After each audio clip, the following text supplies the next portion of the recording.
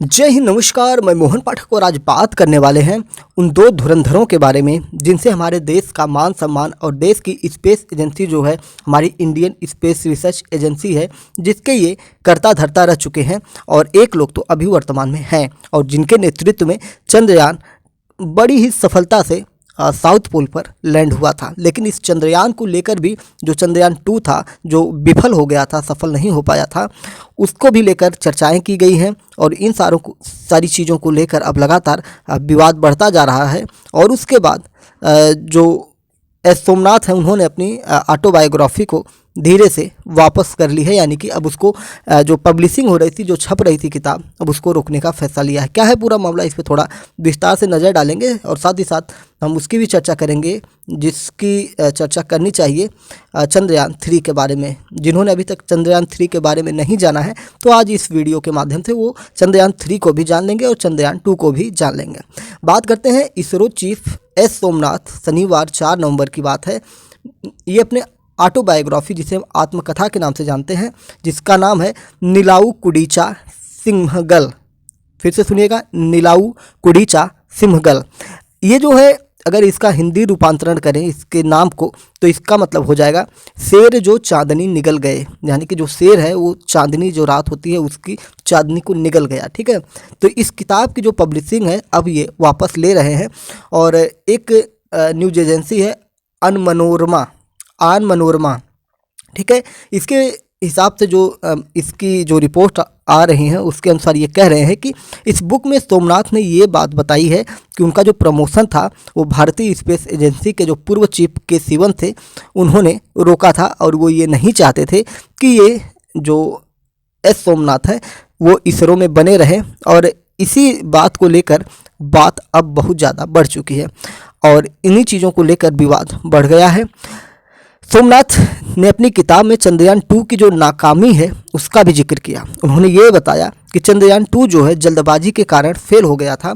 Mission से पहले किए जाने वाले जो टेस्ट होते हैं उन टेस्ट को सही तरीके से नहीं किया गया या सभी टेस्ट को नहीं किया गया, जिसकी वजह से ये चंद्रयान 2 फेल हो गया है। सोमनाथ जो है ये एक किताब छाप रहे हैं जो इनका अपना खुद का ऑटोबायोग्राफी है, इनकी अपनी खुद की जीवनी है। लेकिन जब विवाद बढ़ा तो इससे ये अब पीछे हट रहे हैं और किताब की पब्लिशिंग को रोक दिए हैं। इसमें इन्होंने अपने जीवन के संघर्षों के बारे में बताया था, अपने इसरो चीफ बनने तक की यात्राएं इसमें बताई थी, किस प्रकार से वो पढ़ाई लिखाई करते थे, फिर उसके बाद धीरे धीरे साइंटिस्ट बने और फिर साइंस के क्षेत्र में अपना इनोवेशन करते करते इसरो के चीफ बनते हैं और फिर चंद्रयान 3 की सफलता का श्रेय भी इनको मिल जाता है। उन्होंने ये बात बताई कि उन्होंने अपने जीवन में जो चुनौतियां हैं, जो चुनौतियां इन्होंने झेली हैं, जो कष्ट इन्होंने झेले हैं, जो रुकावटें इन्होंने झेली हैं, उन चीज़ों को लेकर ये चाहते थे कि एक पुस्तक आए और जिससे जो आगे के युवा वैज्ञानिक हैं या युवा हैं देश के, वो लोग इसमें कामयाबी पा सकें और इससे कुछ मोटिवेशन पा सकें। लेकिन इन चीज़ों को लेकर अब लगातार विवाद बढ़ा, जिसकी वजह से अब इसका प्रकाशन ही रोक दिया गया है। उन्होंने अपने जीवन में जो चुनौतियां हैं उनको इसमें लिखा है और किसी के ऊपर निजी टिप्पणी नहीं की है।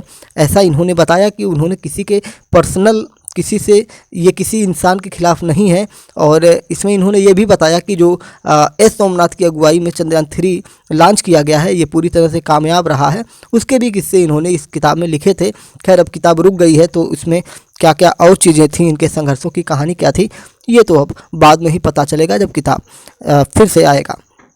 चंद्रयान 2 की जब हम बात करते हैं तो इसकी फेल होने की जो जानकारी है ये देश को, जो हमारे पूर्व इसरो चीफ थे, उन्होंने छिपाई थी। ऐसा इसमें दावा किया जा रहा है कि ऐसा इसमें था।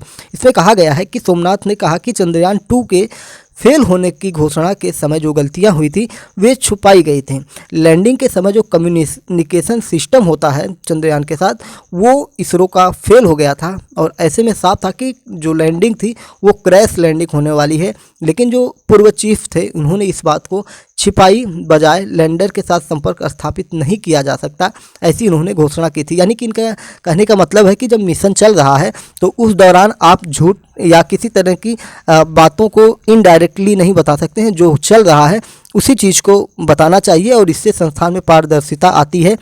आपने जो, मतलब उसमें ये कहा गया था कि हम लैंडर के साथ संपर्क स्थापित नहीं कर पा रहे हैं या नहीं किया जा सकता। ऐसा नहीं कहा गया कि लैंडर से हमारा संपर्क टूट गया है। ये चीज़ें मतलब इन दोनों में थोड़ा सा अंतर है। टूट गया का मतलब कि अब संपर्क नहीं हो पाएगा, और संपर्क स्थापित नहीं किया जा सकता। तो इसमें मतलब इसका डिफरेंस बताए हैं कि उसमें कुछ संभावनाएं हैं और इसमें कुछ संभावनाएं नहीं है। इन चीज़ों को देश से छिपाया गया था, ऐसा कहना है सोमनाथ का। सोमनाथ ने इसमें और भी बताया कि मिशन के दौरान जो जैसा हो रहा है उसे उसी तरह से बताना चाहिए था, सच लोगों के सामने आना चाहिए था। इससे संस्थान में पारदर्शिता आती है, और इसलिए किताब में चंद्रयान 2 की विफलता का जिक्र किया गया है, किसी के ऊपर पर्सनल अटैक नहीं किया गया है। फिर उन्होंने ये भी बताया कि जब चंद्रयान 2 की लॉन्चिंग हो रही थी तो प्रधानमंत्री भी इसरो पहुंचे थे, लेकिन चंद्रयान 2 में जो स्वागत दल था, प्रधानमंत्री का स्वागत करने वाला था, उस दल से भी इनको दूर रखा गया था। वहीं इस मामले में अगर हम बात करें तो जो पूर्व चीफ हैं उन्होंने ये बताया, जो सिवन है, के सिवन है, उन्होंने ये बताया कि मैंने इनकी किताब को नहीं देखी है और इनकी ऑटोबायोग्राफी में मेरे बारे में क्या लिखा गया है इसकी जानकारी भी मुझे नहीं है, और मुझे इस पर कुछ कहना भी नहीं है, क्योंकि जब मैंने पढ़ी नहीं है तो इसके बारे में मैं कुछ कहूँगा नहीं। चंद्रयान 2 जो मिशन है सॉफ्टवेयर में गड़बड़ी के कारण फेल हुआ था, ये बात भी इस किताब में लिखा गया है। चंद्रयान 2 की जब हम बात करते हैं तो चंद्रयान 2 एक भारतीय मिशन था जिसे 22 जुलाई 2019 को लॉन्च किया गया था, और उस समय इसरो में प्रधानमंत्री नरेंद्र मोदी भी थे। और कुछ अद्भुत क्षण भी आपने देखे होंगे, जब फेल हो गया था तो जो इसरो चीफ थे वो रोने लगे थे, तो प्रधानमंत्री नरेंद्र मोदी उनको अपने गले लगा लेते हैं और उनको सांत्वना देते हैं। तो ये वाला जो फोटो था आज भी वायरल है हमारे देश में।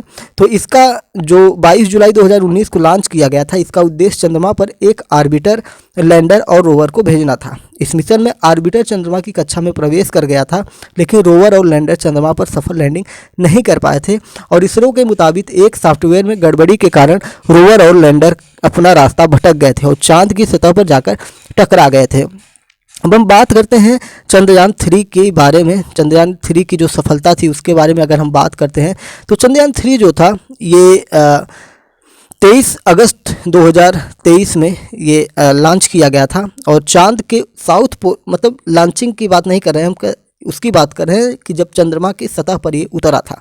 तो चंद्रयान 3 बुधवार 23 अगस्त 2023 को चांद के साउथ पोल पर लैंडिंग कर दिया था, और इसी के साथ भारत चांद के दक्षिणी ध्रुव पर, साउथ पोल पर कामयाब लैंडिंग करने वाला दुनिया का पहला देश बन गया है। थोड़ा सा हम आपको और जानकारी दें कि चंद्रमा पर एक और वहाँ पे लैंडर है जो कि चाइना का है। वो बहुत पहले से ही वहाँ पे पड़ा हुआ है, वो वहाँ पे अपने रिसर्च कर रहा है, लेकिन वो काफ़ी दूर है, और जहाँ पे भारत ने उतारा है वो दुनिया का पहला देश बना है। चंद्रयान 3 ने 30 किलोमीटर की ऊंचाई से शाम 5:44 पर ऑटोमेटिक लैंडिंग प्रोसेस शुरू की, और अगले 20 मिनट में सफ़र जो था पूरा कर लिया था। शाम 6:04 पर चंद्रयान 3 के लैंडर ने चांद पर पहला कदम रखा। चांद पर पहुंचकर लैंडर ने मैसेज भेजा, मैं अपनी मंजिल पर पहुंच चुका हूं, अब रोवर रैंप से बाहर निकलेगा और अपने एक्सपेरिमेंट शुरू करेगा। इसरो ने चंद्रमा को श्रीहरिकोटा से 14 जुलाई को लॉन्च किया था। 41वें दिन चांद के साउथ पोल पर इसकी लैंडिंग हुई थी, यानी कि 14 जुलाई के बाद फिर उसके बाद सीधा 23 अगस्त की घटना घटी थी। तो ये 41 दिन का सफ़र था, और इस मिशन के कामयाब होने के बाद साउथ अफ्रीका से प्रधानमंत्री मोदी ने देशवासियों को बधाई भी दी थी, और उन्होंने चंदा मामा दूर नहीं है ऐसी बात बताए थे। वहीं इसरो के जो डायरेक्टर एस सोमनाथ हैं, उन्होंने कहा कि अगले 14 दिन हमारे लिए बहुत महत्वपूर्ण है। प्रज्ञान हमें चांद के वातावरण के बारे में जानकारी देगा, और आपको पता है कि अब नवंबर आ चुका है और चंद्रयान से जुड़ी हुई बहुत सारी जानकारियाँ भी आ रही हैं। तो इस प्रकार से चंद्रयान 2 और चंद्रयान 3 के बारे में हमने थोड़ी डिटेल ली, और जो किताब थी उसको लेकर जो विवाद थे उनको भी आपको जानकारी दिया। उम्मीद है कि आपको चीज़ें समझ में आ गई होंगी कि दोनों लोगों के बीच में क्या मतभेद हैं।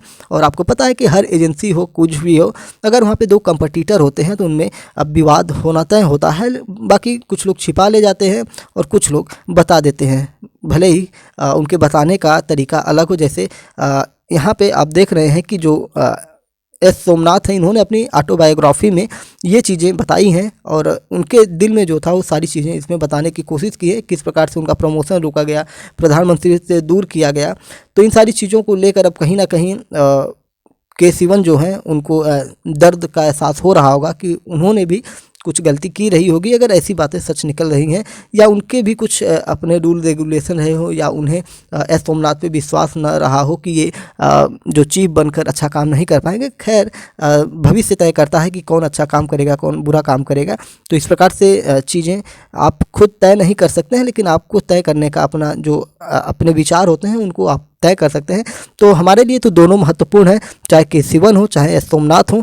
बाकी जो एक निजी ज़िंदगी होती है, इन्होंने वो अपने पोस्ट पे रहते हुए क्या सोच रहे थे वो वही बता सकते हैं, और ये अपने बारे में क्या इनको लग रहा था कि मैं अच्छा कर सकता हूं, और शायद केसीवन को लग रहा हो कि अच्छा नहीं कर पाएंगे। तो इन चीज़ों को लेकर शायद कुछ तलखी रही हो, और वो चीज़ें जब पब्लिक होने जा रही थी तो उससे पहले ही दोनों ने मिलकर ये योजना बनाई होगी कि इस किताब को रोका जाए, नहीं तो कहीं ना कहीं इसरो की बदनामी इसमें होने वाली थी। और खैर मीडिया रिपोर्ट तो अब सामने आ गई और उसको हमने कवर भी किया, आपको पूरा बताया। तो चलिए फिर मिलते हैं एक दूसरे न्यूज़ के साथ, फिर उसको एनालिसिस करने वाले हैं। आप अगर चैनल पर नए हैं तो MPS हिंदी को सब्सक्राइब करके हमारे साथ जुड़ सकते हैं डेली करंट अफेयर्स और न्यूज़ एनालिसिस के लिए। फिर मिलते हैं एक अगली खबर के साथ। जय हिंद, नमस्कार, भारत माता की जय।